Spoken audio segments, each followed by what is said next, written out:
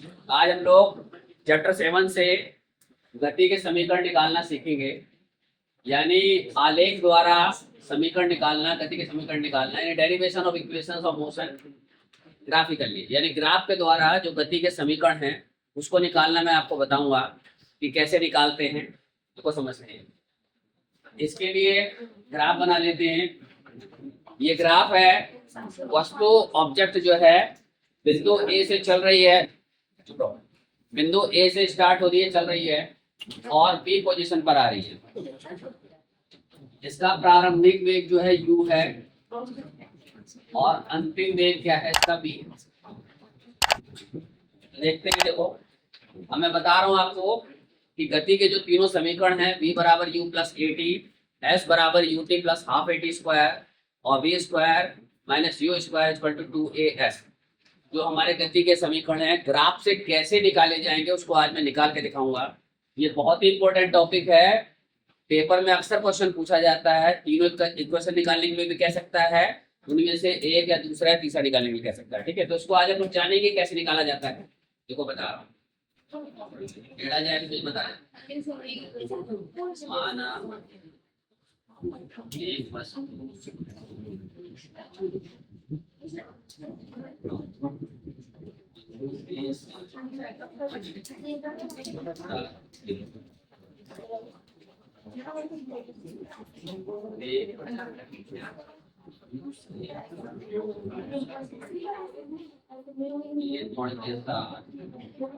हवाई टी समय में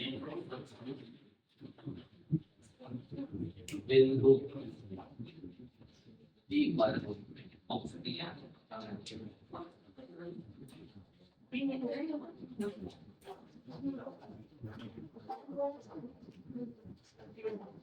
माना एक वस्तु बिंदु ए से प्रारंभिक बिंदु से ए हमारे साथ टी से मेरे बिंदु तब कोई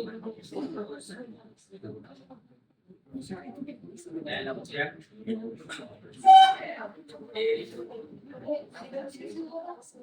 start with velocity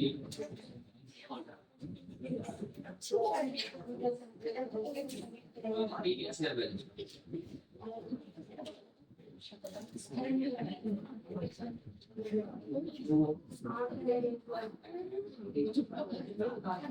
reaches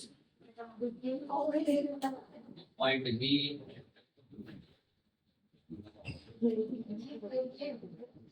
in time t with acceleration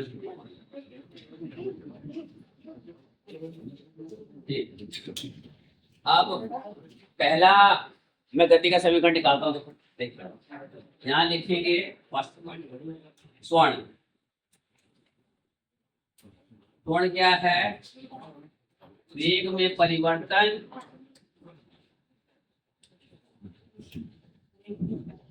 और बटे में समय, यानी change in velocity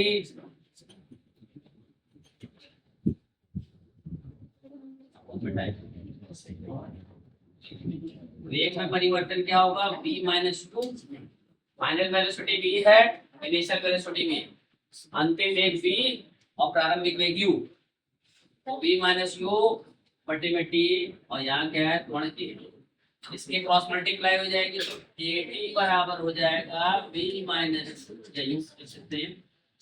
v minus you बराबर हो जाएगा 8। इसके से मल्टीप्लाई में 80 इधर और v माइनस यू इसके नीचे 1 मानेंगे तो v माइनस यू। अब उसके बाद क्या है?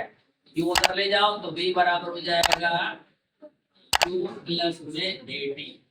ये हमारी फर्स्ट इक्वेशन हो गई, गति की पहली समीकरण। ये मैंने निकाल दिया, आप मान लीजिए इस तरीके से निकल गया। अब दूसरी समीकरण कैसे निकाली जाएगी देखो बताता हूँ मैं।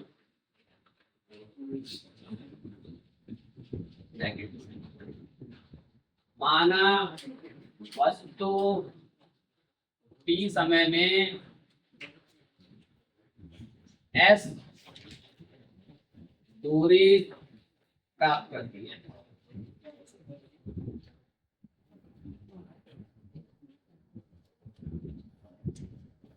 Suppose the object covers distance s in t time. ये वाला पूरा अच्छी तरह समझ में आया आपको? कोई डाउट तो नहीं है?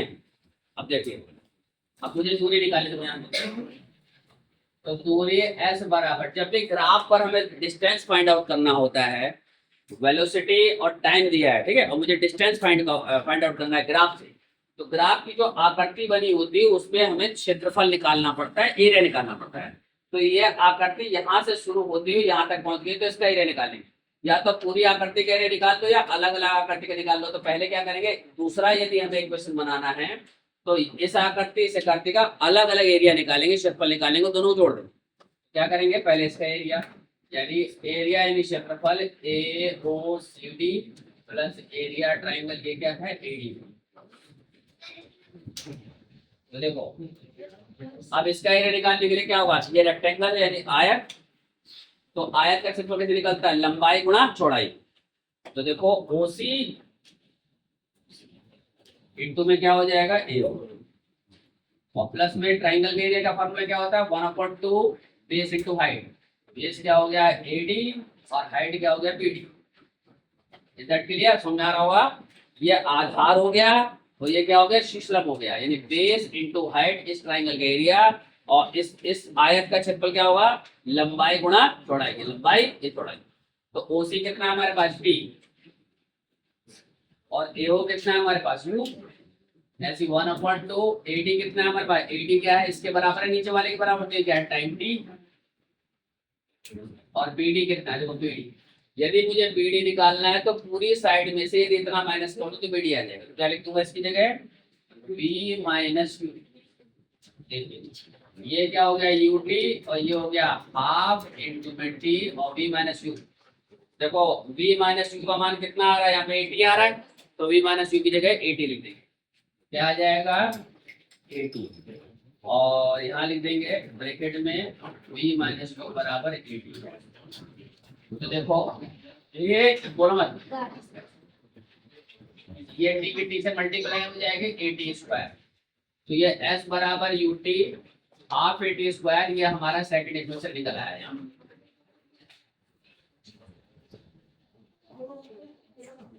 ठीक है, कोई डाउट किसी बच्चे को?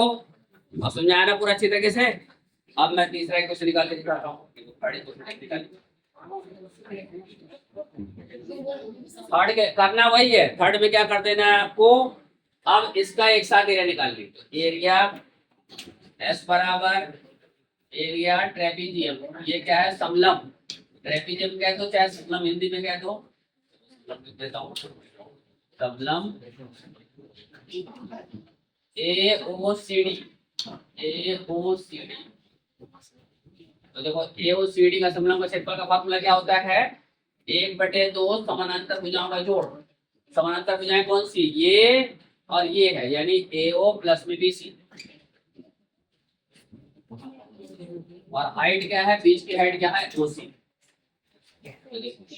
1/2 AO कितना है हमारा, AO यहाँ पे देखो कितना है, U, तो इसके लिए क्या आ जाएगा, U। और BC कितना, देखिए BC कितना है हमारा, B। अब OC कितना है, OC क्या है हमारे पास, समय कितना है, T, तो यहाँ पे आ जाएगा T। फिर देखो दोबारा देता हूँ T प्लस U, और T की जगह क्या आ जाएगा, देखो ध्यान से, यदि मुझे T का मान निकालना हो तो A नीचे आ जाएगा, तो यहाँ से T का मान निकालेंगे, फर्स्ट निकाल देंगे, तो यहाँ पे लिख दूंगा मैं B माइनस यू बटे में A, यहाँ ब्रैकेट में काट दे देंगे, T बराबर है B माइनस यू। ठीक है, अब देखिए A plus B, A minus B का फॉर्मूला बन गया है, A square minus B square, और नीचे वाले को मल्टीप्लाई हो जाएगी, तो B square minus U square, और नीचे वाले को मल्टीप्लाई होकर के 2A, और यहाँ क्या है S। ठीक है, अब क्या करेंगे हम, क्रॉस मल्टीप्लाई, तो इसके लिए उसी तरह 1 मान लो, तो जब इसके से मल्टीप्लाई हो जाएगा तो B square minus U square, और इसकी मल्टीप्लाई हो जाएगी A। फॉर्मूला बन गया हमारा B square minus U square बराबर 2AF। तो इस तरीके से थर्ड इक्वेशन निकल आएगी। भाई बताओ, बता रहा हूँ।